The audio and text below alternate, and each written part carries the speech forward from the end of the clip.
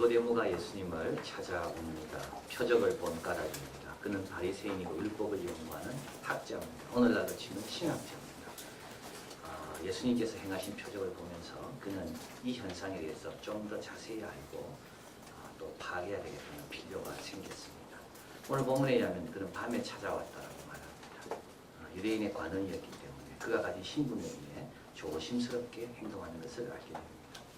레슬리 뉴비기는 이런 그의 모습을 가리켜 빛으로 이끌려진 사람이지만 어둠을 떨쳐버릴 수 없는 인물이라고 묘사합니다. 빛으로는 가고 싶지만 그러나 그 어둠을 떨쳐버리기에는 아직도 용기가 부족한 사람. 그래서 그는 밤에 예수님께 찾아왔습니다. 그리고 이렇게 이야기합니다. 랍비여, 우리가 당신은 하나님께서 오신 선생인 줄 아나이다. 이거 칭찬입니까? 뭡니까? 예수님을 향해서 랍비여, 당신은 하나님께서 온 선생인 줄 압니다. 칭찬입니까? 예수님을 가르쳐서 당신은 참 선한 분인 줄 내가 압니다. 칭찬입니까? 니고데모는 또 이렇게 말합니다. 하나님이 함께 하지 않으면 이런 일은 있을 수가 없습니다. 이거 칭찬입니까? 아닙니다. 예수님께 칭찬이 아닙니다. 예수님은 하나님께로 온 자가 아니고요. 예수님은 하늘로부터 온 유일한 자입니다. 예수님은 하나님과 함께하는 그런 분이 아닙니다. 예수님은 하나님이신 겁니다. 완전히 다른 거죠. 그래서 예수님께서 니고데모의 말을 들어보니 너무 한심한 거예요. 너무 한심한 거예요. 그래서 니고데모 이렇게 이야기하십니다. 네가 거듭나야 되겠다. 거듭나지 않으면 하나님 나라를 올 수가 없다. 거듭난다는 것과 하나님 나라는요 아주 어려운 용어입니다. 요한복음은 여기밖에 나오지 않습니다. 근데 예수님께서 이 용어를 쓰시는 이유가 있습니다. 니고데모는 신학자입니다. 구약에 대해서 잘 알고 있거든요. 그래서 예수님은 니고데모에게 거듭난 하나님 나라에 대해서 말씀합니다. 그러면서 두 가지 아주 중요한 것을 예수님 말씀합니다. 하나님 나라가 이미 왔다는 겁니다. 하나님 나라를 준비하라고 말하는 게 아닙니다. 거듭나서 하나님 나라를 기다리라는 말이 아니라 네가 거듭나지 않아서 이미 와 있는 하나님 나라를 볼 수가 없다고 말씀합니다. 하나님 나라는 이미 와 있다는 것을 주님 말씀하는 거죠. 하나님 나라는 어떤 것인데요? 하나님의 통치가 온전히 이루어지는 상태. 무한히 부유하신 하나님의 사랑과 관계가 회복된 상태. 하나님의 통치의 복을 받게 되는 것. 왜 힘듭니까 우리가? 잘못된 통치를 받으니까 힘든 거 아닙니까? 왜 내가 다스리는데 남이 괴로워합니까? 내가 잘못된 통치를 행사하니까 합니다. 위에 있는 사람도 괴롭고 밑에 있는 사람도 괴롭고 잘못된 통치를 늘 생각하고 그 통치에 따라가려고 하니까 힘든 거죠. 하나님이 딱 통치하시면요 행복한 겁니다. 샬롬인 겁니다. 통치의 복. 이것이 하나님의 나라인 겁니다. 근데 예수님이 말씀합니다. 니고데모 네 말하는 거 보니까 네 아직 멀었다. 하나님의 통치가 임하고 있는데도 너는 지금 모르고 있네. 어떻게 임했는데요? 예수님을 통해서. 예수님의 오심으로 하나님의 나라가 가까이 와 있는 겁니다. 그래서 오늘 본문에 한번 가보면요. 앞에 이런 구절이 있죠. 11절 같이 읽습니다. 진실로 진실로 내게 이르노니 우리는 아는 것을 말하고 본 것을 증거하노라. 그러나 너희가 우리 증거를 받지 아니하냐. 여기 우리란 말 쓰고 있습니다. 우리는 누굽니까? 예수님의 제자들입니다. 예수님의 제자들은요. 신학자는 아니에요. 그럼에도 불구하고 이들은 하나님의 통치가 여기 와 있다는 것을 그들은 알고 있는 겁니다. 물이 포도주로 변한 걸 봤거든요. 예수님의 가르침을 대할 때마다 뭔가 다른 것이 느껴졌거든요. 예수님의 통치를 받으면 받을수록 더 복되다는 것을 이들은 알고 있거든요. 그래서 주님은 니고데모에게 말씀을 합니다. 너 지금 제법 유식한 척 하는데 너 지금 못 보고 있어. 하나님 나라 와 있는데 너 못 보고 있어. 하나님 나라는 와 있다. 또 주님께서 중요한 말씀을 하죠. 하나님 나라 보려면 주님께서 두 가지를 나누십니다. 하나는 하나님 나라 거듭나야 본다는 말씀하시고요. 몇 절 지난 다음에 하나님 나라 거듭나야 하나님 나라 들어간다고 말씀합니다. 여러분 들어가는 것은 그 나중에 문제예요. 보려고 해도 거듭나야 된다는 거예요. 들어가는 거 신경 쓰지 마. 너 지금 볼 수도 없어. 들어가는 거 그건 나중에 문제고 봐야 되는데 너는 지금 볼 수도 없는 사람이야. 지금 그 말씀하시고 왜요? 거듭나지 않았기 때문에. 거듭난다는 것은 두 번 태어난다는 거예요. 거듭난다. 이 거듭난다는 것은 또 다른 뜻이 있는데 위로부터 난다. 그러니까 주님께서 말씀합니다. 육으로 난 것은 육이다. 육으로 난 것 가지고는 절대 볼 수 없다. 육으로 난 것 가지고는 절대 들어갈 수 없다. 그 육에다가 계속 더해봐라 들어갈 수 있는가? 여기다가 학식을 더하고 교양을 더해요? 안 돼요. 육으로 난 것은 육인 거. 육으로 난 것은 육인 거예요. 거듭난다는 건 뭡니까? 육이 변하는 게 아닙니다. 육 말고 육이 태어나서 생명이 된 것처럼 또 다른 것이 태어나야 된다는 거예요. 영혼의 본질이나 기능에 무언가 덧붙이거나 변경시키는 것이 아니라 타락한 인성에 일어난 철저한 변화, 새로운 피조물, 이것이 거듭나는 거예요. 근원이 다른 것이죠. 육으로 난 거하고 위로 난 거하고 근원이 다른 거. 재료가 다릅니다. 육이고 성령이고.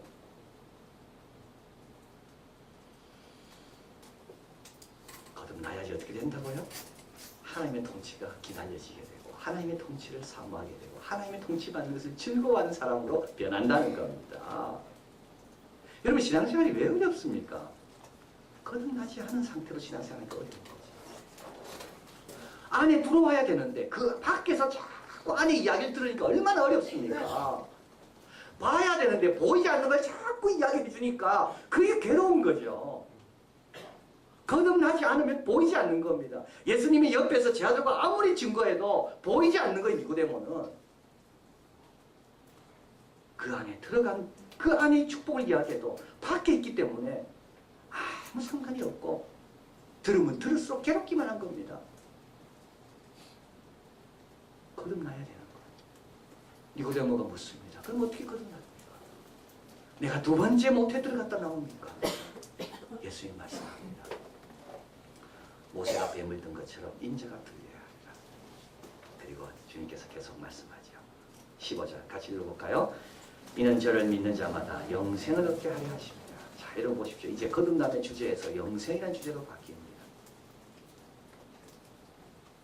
이게 무슨 뜻이죠? 거듭난 자는 영원히 산다는 겁니다. 거듭나고 죽는 게 아니고 위로부터 난, 땅으로부터 난, 육으로부터 난 자는요 죽습니다. 그러나 위로부터 난 자는 새로 출발하는 그 삶은 끝이 없다. 영생이다. 영생은 질로도 영생이고 양으로도 영생입니다. 영생은 끝을 두려워하지 않는 게 영생입니다. 그래서 영생을 가진 사람은요 끝을 두려워하지 불안해하지 않아요. 또 이 영생은 하나님 안에 하나님과 함께하는 삶이기 때문에 질이 다릅니다. 허무주의가 없습니다. 의미가 있어요.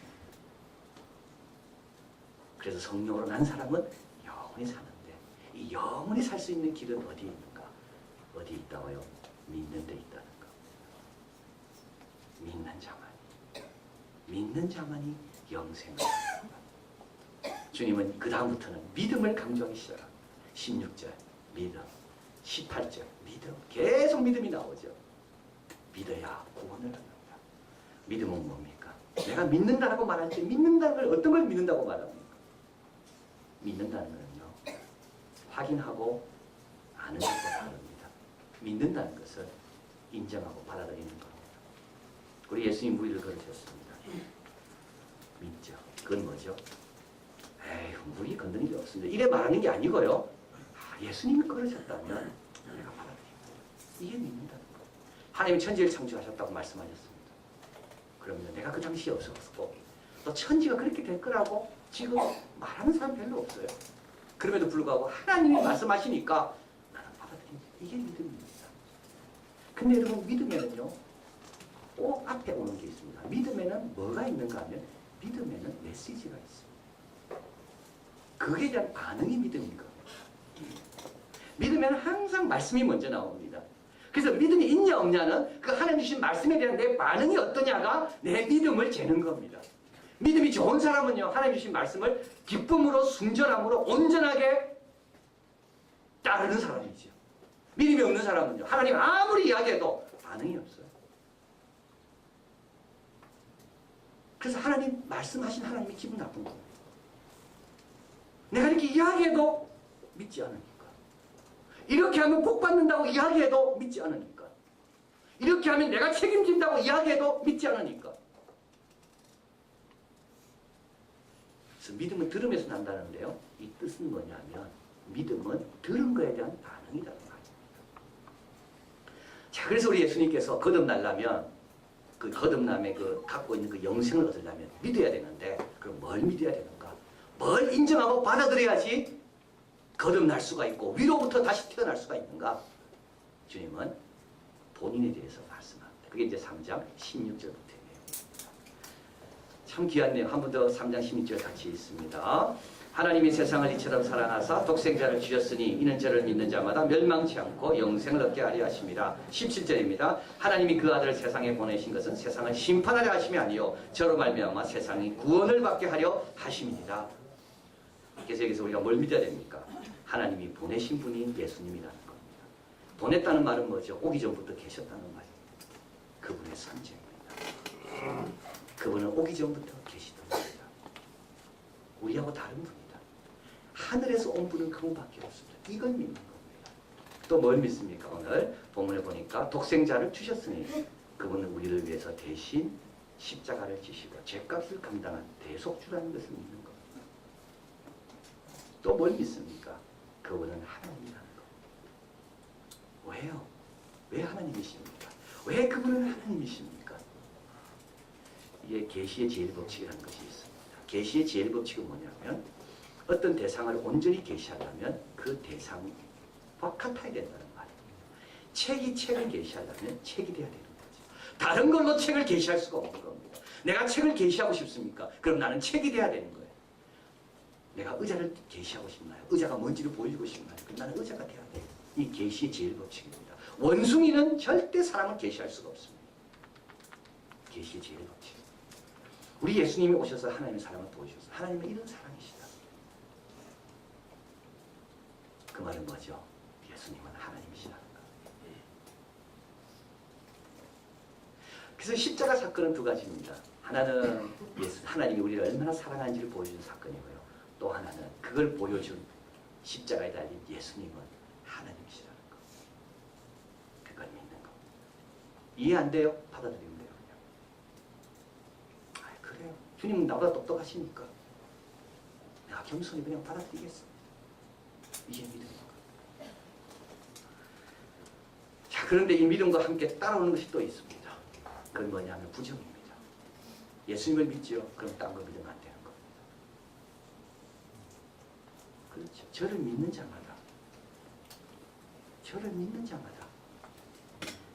인자 이외에는 하늘로부터 온 자가 없다는 것을 믿는 그 믿음에는 다른 모든 종교를 부정하는 것이 들어가는 겁니다. 다 육으로 난 거죠. 육으로 난 것은 육입니다. 그래서 우리 주님은 위에서 오신 분, 하나님과 함께하는 분이 아니라 하나님이신 분. 존 스토트 목사님은 그 제자도라는 그 책에서 다원주의에 대해서 우리 기독교인들이 어떻게 대응해야 되는가에 대해 말씀합니다. 개인적인 우월감은 비치지 마라. 겸손하라. 그러나 예수 그리스도의 유일성과 최종성, 여러분 예수 그리스도의 유일성과 최종성 대해서는 주장하고 말해라. 그분의 성육신이 유일하고 그분의 속죄가 유일하고 그분의 부활이 유일하고 오직 그분만이 우리의 죄를 구원할 자격이 있는 하늘에서 온 한 분밖에 없다. 그분이다. 그러므로 우리는 위대한 나폴레옹, 위대한 알렉산더라고 말할 수, 위대한 예수라고 말하면 틀렸다. 니고데모도 틀린 말 많이 하죠. 세상 사람도 틀린 말 많이 합니다. 위대한 예수님 틀린 말이다. 그분은 위대한 분이 아니라 유일하신 분. 그분에게는 경쟁자도 없고 그분에게는 후계자도 없다. 유일하신 분. 그분을 유일하신 분으로 고백하면 그 다음부터는요. 다른 건 불문해야 되는 거예요. 육으로 난 것은 육이다. 그리고 또 한 가지가 있습니다. 우리 요한복음은요. 사도 요한은 항상 두 가지를 우리에게 이야기합니다.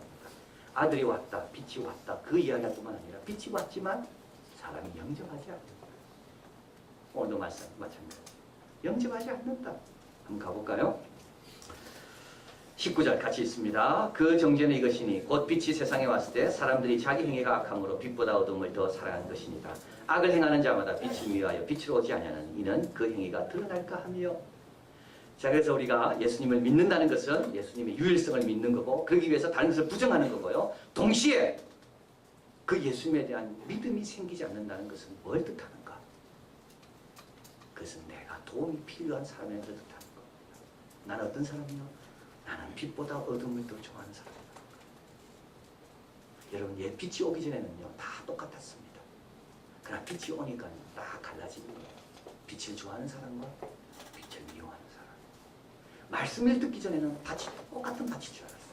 근데 말씀에 씨가 떨어지고 나니까 이 밭은 100배, 60배, 30배 밭이 다 달라요. 그래서 이 빛이라는 거는요 아주 무서운 겁니다. 빛이 오기 전에는 우리 모두가 다 깜깜했어요. 못 봤어요 서로. 빛이 오면서부터 갈라지기 시작하는 거. 그런데 여기서 주님께서 말씀하고자 하는 건 뭡니까? 내가 그렇게 빛을 싫어하는 사람이라 할지라도 길은 있다는 거. 길은 있다는 거. F.M. 브루스가 이거를 주석하면서 이렇게 말합니다. 미술 작품이 걸려있는 전시에 있는 화랑에서 시험을 당하는 것은 작품이 아니라 화랑을 찾는 자들이다. 작품들은 사람들이 질문과 평가를 받기 위해 있는 것이 아니고 보는 사람들의 취향을 드러내기 위해서 작품은 있다. 내가 사실 작품 앞에 서서 이 작품 어떻다고 말하지만 내가 어떻다고 말하는 것은 결국 내 실력을 드러낼 뿐이라는 말입니다. 내가 작품을 보고 야 멋지다. 이 작품의 수준이 높다고 말하는 건 뭘 가리키는가 하면 작품의 수준이 아니라 그 작품을 이해하는 내 수준을 말한다는 겁니다. 그래서 실제로 작품은 나를 드러내기 위해서 기다리고 있지 자기가 평가받기 위해서 기다리고 있지 않다는 겁니다. 그러면서 모나리자 이야기를 합니다. 한 가수가 모나리자를 보고 쓰레기라고 말했습니다. 근데 사실 이 쓰레기라는 표현은 모나리자에 대한 평가가 아니라 자기에 대한 평가인 거죠. 여러분 예수님 안 믿어집니까? 이건 예수님에 대한 평가가 아니고요. 내가 문제가 있다. 그럼 어떻게 해야 되는데요? 오늘 주님께서 방법을 가르쳐 주십니다. 성령의 도움을 구하라는 겁니다. 자, 그래서 오늘 본문에 이렇게 한번 가보겠습니다. 8절, 3장 8절 성령이 나옵니다. 같이 있습니다. 바람이 미로 불매 내가 그 소리를 들어도 어디서 오며 어디로 가는지 알지 못하니 성령으로 난 사람은 다 일어납니다. 우리는 어떻게 난다고요? 성령으로 날 수 있다. 성령께서 우리의 거듭남, 태어남을 도와주신다는 것. 우리 힘으로 안 돼요. 어둠을 얼마나 우리가 좋아하는데요. 어둠을 못 벗어나잖아요. 어둠 버리면 큰일 나는 줄 알잖아요. 근데 성령께서 도와주셔야 돼요. 어떻게 도와주십니까? 요한복음 16장 8절 그가 와서 죄에 대하여 의에 대하여 심판에 대하여 세상을 책망하신다. 그가 와서 뭐에 대해서요? 죄에 대해서. 처음에는 죄가 너무 즐거웠어. 근데 성령께서 오셔서 죄가 싫도록 만들어주시는 거예요. 심판은 상관없는 줄 알았어요. 근데 성령께서 오셔서 그 심판이 두렵게 만들어주시는 거예요. 의와는 상관없었어요. 그런데 성령께서 계속 양심의 가책을 주셔요. 의롭게 살라고. 너는 의인 아니라고. 너는 죄인이라고. 사도행전의 무리들 보았습니다. 베드로의 설교를 듣다가 갑자기 이렇게 고백합니다. 그럼 우리가 어떻게 해야 되는가? 오늘 보면 5절에 보면 주님께서 말씀하십니다. 물과 성령으로 나지 아니하면 하나님 나라에 들어갈 수가 없다. 여기서 물은 뭡니까? 앞에 뒤에 성령은 뭐고요? 물은요, 죄 씻음을 말하는 겁니다. 성령이 오셔서 하시는 일은 우리의 죄가 생각나게 하고 죄가 미워지게 하고 죄로부터 도망칠 수 있는 그런 마음들을 우리에게 허락하신다는 거죠. 자, 그래서 이게 뭐죠? 이게 복음인 거죠. 이게 복음입니다. 거듭날 수 있는 믿음이 생기면 너무 감사해서 믿음이 되고 그 믿음이 안 생길 때마다 자기를 점검하고 내 왜 믿음이 안 생길까? 믿음 주십시오 하나님. 나는 왜 죽음에 대한 두려움이 없는가? 하나님 멸망에 대한 두려움 주십시오 하나님. 나는 왜 죄에 대해서 아직까지도 그 어두운 가운데 사는 걸 너무 좋아하는가? 하나님 그거 좀 미워하게 해주십시오. 그러면 하나님께서는 모든 사람이 구원받기 원하시기 때문에 성령을 주셔서 우리를 새롭게 하신다. 그래서 오늘 본문 말씀합니다. 바람이 임의로 불며 어디서 와서 어디로 가는지 아무도 못하지만 성령으로 난 사람들 보지 않지만 성령께서 우리 마음에 그런 은혜를 주셔서 예수님을 믿게 한다. 이래서 보고 있는 겁니다. 자, 그래서 우리도 점검해 볼 필요가 있습니다. 여러분 잘 보입니까? 안 보입니까? 계속 와서 엉뚱한 소리 하십니까? 당신은 하나님이 보낸 자인 줄 알겠다고, 하나님이 함께하면 그런 일이 없겠다고 말이 맞는 것처럼 보이지만 그거는 아직까지 모르는 이야기입니다. 예수님에 대해서 어떻게 고백합니까? 고백이 잘 안 되나요? 그러면요, 모나리자를 보고 쓰레기로 말했던 모나리자가 문제가 아니라 내가 문제라고 깨닫고 주님 앞에 겸손히 나오셔야 됩니다. 그러면 바람이 불면 어디서 왔다 어디로 가는지 모르는 것처럼 성령께서 오셔서 우리를 새롭게 하시고 그 나라를 바라보고 들어갈 수 있는 거듭남의 열매를 우리에게 주신다. 이런 열매를 누리고 증거하고 그 안에 사는 우리가 되기를 진심으로 바랍니다. 기도하겠습니다. 사랑하는 하나님 고맙습니다.